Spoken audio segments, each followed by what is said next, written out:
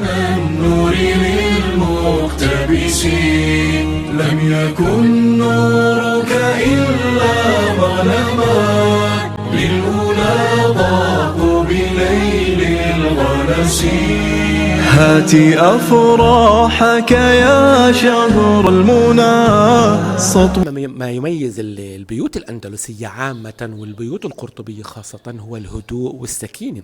فطبعا احنا دائما لما بيسألونا باللغة العربية أين تسكن، نسكن بهذه الأماكن، الراحة، السكينة، المكان اللي أنت اللي اخترته.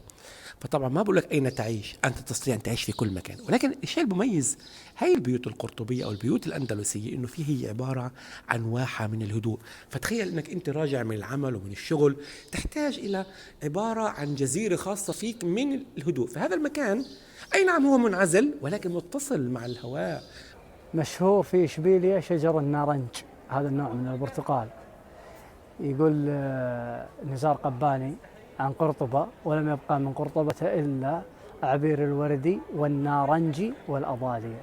النارنجي يقصد فيه هذا الشجر، شجر البرتقال، نوع من البرتقال. طبعا هذا المكان، الساحة هذه كانت تحتها على تحت مترين كذي كانت حديقة القصر اللي موجود، القصر الإسلامي، ولكن فيما بعد طمست هذه وانبنى فوقها مترين وخلاص. هذه البوابة بوابة شنو أستاذ أحمد؟ هذا باب عبد العزيز، باب عبد العزيز المفضي إلى قصر دار الإمارة. احنا طبعا بنسميه في الفترة الإسلامية قصر المورق، قصر المبارك. نعم. أوكي. فطبعا حلو أول شيء إنه نشوف إنه الأندلسيين جدا متصالحين مع التاريخ تاعهم. يعني إنه يسموا باب في العصر الحديث على اسم أول واحد على الأندلس، هذا إشي إحنا نفتخر فيه ولا لا؟ نعم. دشينا شارع كله ريحة برتقال، ريحته كلها برتقال. طلع عندهم موسم قطف البرتقال، النارنج.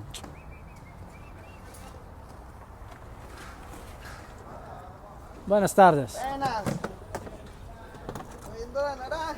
بجانب القصر تدش نفس يعني أزقة، شوارع ضيقة إلى أن نوصل هني. حنا وين الآن؟ احنا الآن في بداية الحي اليهودي، بس فكرة بداية الحي اليهودي بجانب القصر على طول. هذا دلالة على سياسة الاحتواء، سياسة ايش؟ إن ننمو معا وليس واحد على حساب الآخر. فلذلك اليهود ماذا كانوا يطلقوا على هذه الفترة الزمنية معهم؟ ذا جولدن ايج باللغة العبرية، فترة الذهب. أحسن فترة مرت على اليهود منذ دخولهم شبه الجزيرة الإبرية. متى؟ مع المسلمين. متى طرد اليهود؟ طرد اليهود في شهر 7 عام 1492 لما خرج أبو عبد الله الصغير. بعد 7 أشهر طردوا اليهود، انتهت قصتهم مع المسلمين. مكتوب فوق أغوى ماي. وين الماي؟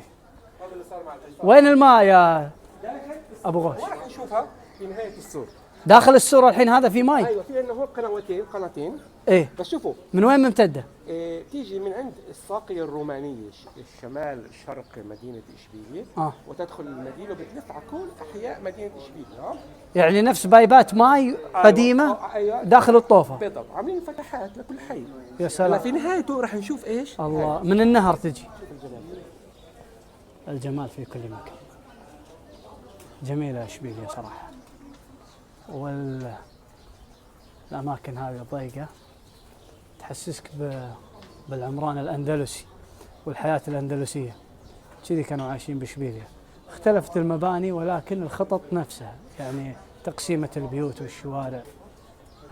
هذا اللي قبل شوي نتكلم عنه، اللي نفس البايبات أو الماي يمتد داخل الأسوار.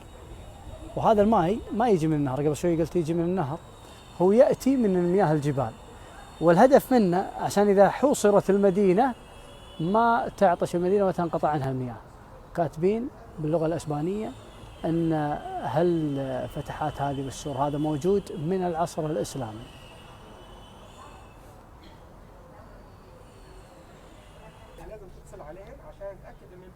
بما أننا عايشين بالأندلس عن إذنكم ندخل إلى الله. يا سلام، شوف بيوت الأندلس.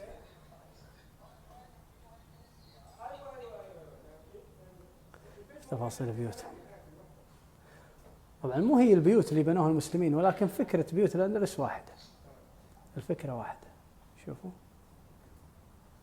وبنص البيت إطلالة وإضاءة بنص البيت، وهذه نفس الحديقة اللي يقعدون فيها، وهذا ساتر طبعا يكون الباب الرئيسي.